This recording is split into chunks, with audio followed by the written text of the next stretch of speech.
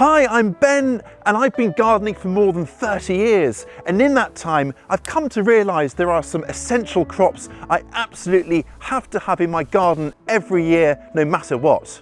Today, I'll reveal what they are and why I consider them so indispensable. I can't even begin to imagine a gardening year without the loudest characters of all, zucchini or courgettes, of course. This warm season staple is the gift that keeps on giving, and just a few plants can keep a family and fruits all summer long. In fact, I reckon it's the most productive crop of all. They love a mega rich soil lavished with loads of organic matter such as garden-made compost or manure. Now start them off in mid-spring, a couple of weeks before your last frost date, then grow them on somewhere warm to plant out after all danger of frost has passed. My best tips for these heavy croppers are simple enough. Keep the soil well watered, and to help with that, I like to bank the soil up in a ring around the plants to trap the moisture so that it can properly sink in and not just run off. I also like to cut off any old and tattered leaves to encourage younger replacements to follow, and of course the big one, cut the fruits while they're still quite young and tender for the best taste and texture, and to encourage more to follow. But perhaps my biggest pro tip is to grow more than one plant. Now some people claim one plant is often enough. It isn't. You really need 2 or even 3 to ensure good cross-pollination between plants, which really will encourage more fruits to form. It's also worth early on in the season hand pollinating flowers to get them started, and I've done a video on that which I will link to down below. This season I'm going to grow a variety that's spineless called Tuscany. Now that should make picking the fruits a lot less painful, and this variety also displays good resistance to mildew and it copes well in cooler summers. Ideal for my garden then. It's impossible to beat the sheer intensity of aroma and flavour that comes from tomatoes you've grown yourself. It beats anything you can buy in the shops. These here are the very last of last summer's tomatoes, just about hanging on in there. For me, tomatoes are absolute winners because of the sheer mind-boggling diversity of both types and varieties you can grow, from sweet pop-in-the-mouth cherry tomatoes to great big ballsy beefsteaks that will form the centrepiece to a salad with attitude. Heirloom or heritage varieties have some real crackers among them, many with a story to tell. There's the gorgeously striped zebra tomatoes, fleshy types for sauces like Amish paste, and meaty monsters such as Mortgage Lifter, which was so popular when it launched in the 1930s that the chap behind them earned enough to completely pay off his home loan within 6 years. I need to find myself a plant like that.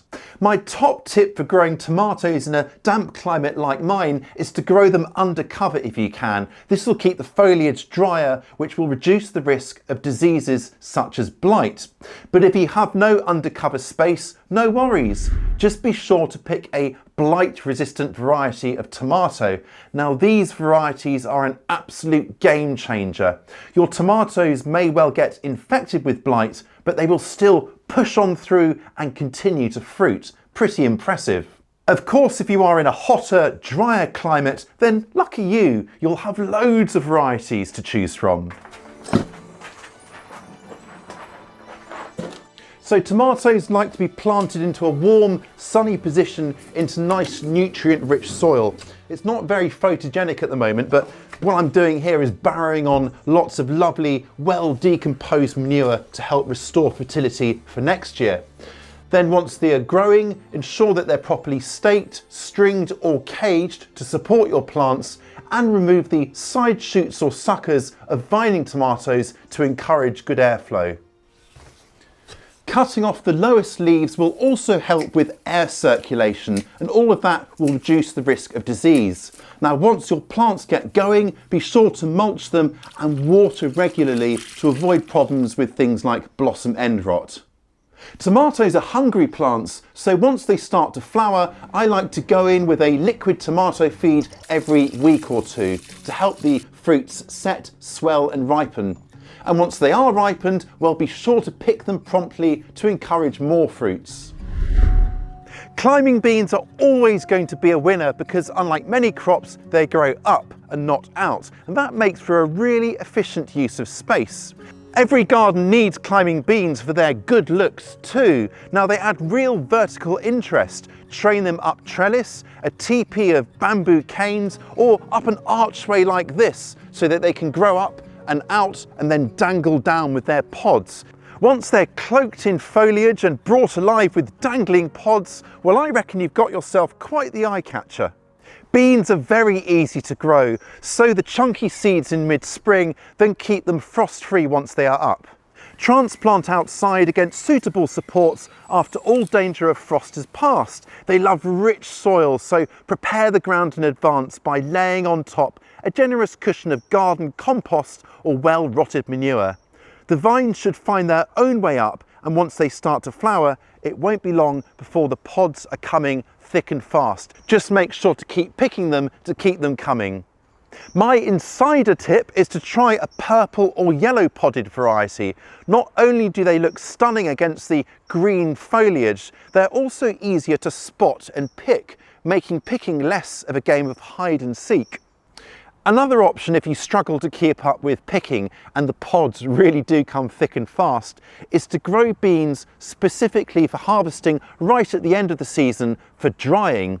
Now some varieties like the speckled borlotti types can be picked young to enjoy as tender pods, then left to grow on and mature for shelling and drying. That way you're essentially getting two crops in one.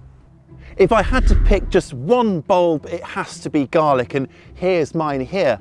That's because it's pretty much foolproof. You plant the pleasingly plump cloves in autumn, and then it pretty much is left to get on with it until it's time to harvest. This really is a low maintenance crop. Not only is it easy to grow, it stores really well too, as well as adding, of course, that lovely pungent deliciousness to just about any dish.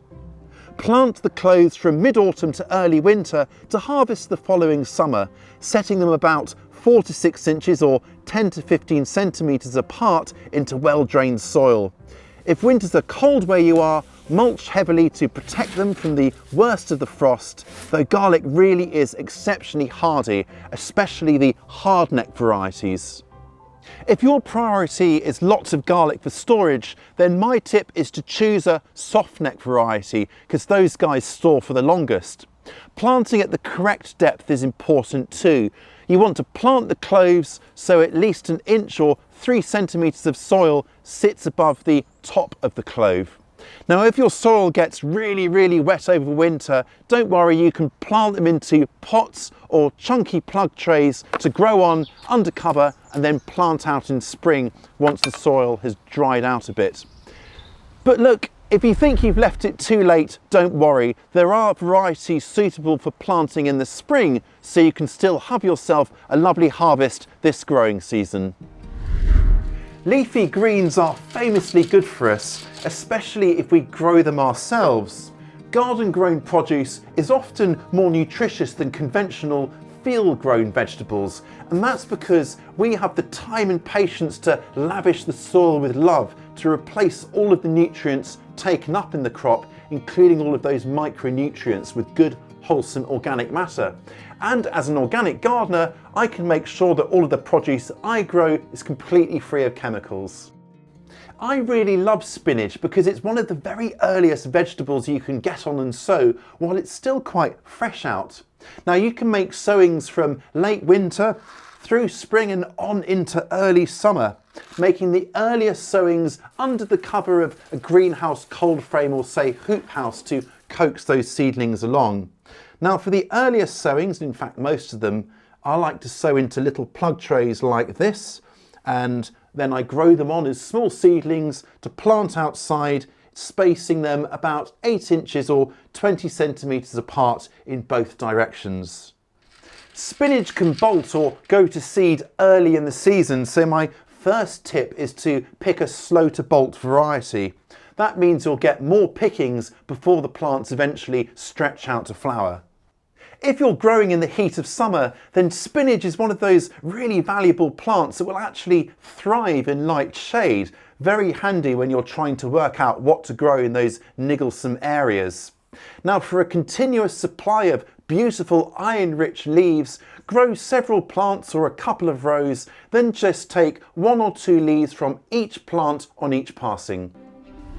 No one grows potatoes to save money. After all, they're so cheap in the shops. Cheap as chips, you might say. So what is the point of growing them? Well, if you've never tried your own new season or new potatoes, you haven't lived. Unearthing those lovely golden nuggets is just that, the golden ticket to heavenliness. And potatoes will grow anywhere, in the ground, in raised beds, in containers like this, so that anyone can grow them, even balcony gardeners. And you can enjoy a super early start by keeping your potatoes in a protected space until it's warmed up outside. Now, I enjoyed a really early harvest this way before the end of spring, and it was a delightful first harvest of potatoes. Just be sure to keep containers shaded from hot sun. Like tomatoes, potatoes can be susceptible to blight, so I like to avoid disappointment by simply growing a blight-resistant variety. Slugs can sometimes be an issue too, so harvest promptly or grow early varieties that will be harvested before they have a chance to get in and nibble them. Do your potatoes ever get affected by slugs? I feel for you. Let me know about it in the comments. By the way, I've pulled together a playlist featuring full how-to videos on each of these must-grow crops, which you will find at the end of the video. Beet roots are both sweet and earthy, a heady combination that lends them as much to roasting as it does to grating them for a fresh and zingy slaw. I grow carrots too, but beetroot is my must-grow root vegetable because it's just inexplicably expensive in the shops. But really, there's that wonderful range of varieties to try. There's the deep red beets that we all know and love, yellow ones, but most mesmerising of all is the stripy candy cane or chioggia beet. Just look at it. It's stunning, isn't it? Grow them in a sunny position in moist but well-drained soil. Now you can sow beetroot directly into rows spaced about a foot or 30 centimetres apart, and then thin the seedlings in stages until they are around 2 to 3 inches or 5 to 7 centimetres apart. But my preferred way to grow them is by sowing a scant pinch of seeds into plug trays to plant out as a cluster of 4 to 5 seedlings spaced at around 10 inches or 25 centimetres apart in both directions. The very best, truly exceptional flavour comes from roots harvested on the young side, around the size of a golf ball. But if you really love your beets, well, you really should grow some to store over winter. Make a final sowing in midsummer to grow on into autumn for a winter-ready cache of roots. In milder areas like mine, you can just lift the roots as they are needed to enjoy. But if you're in a cold climate, lift up all of the roots and pack them into boxes of damp sand or compost to store in a frost-free place where they should keep until spring.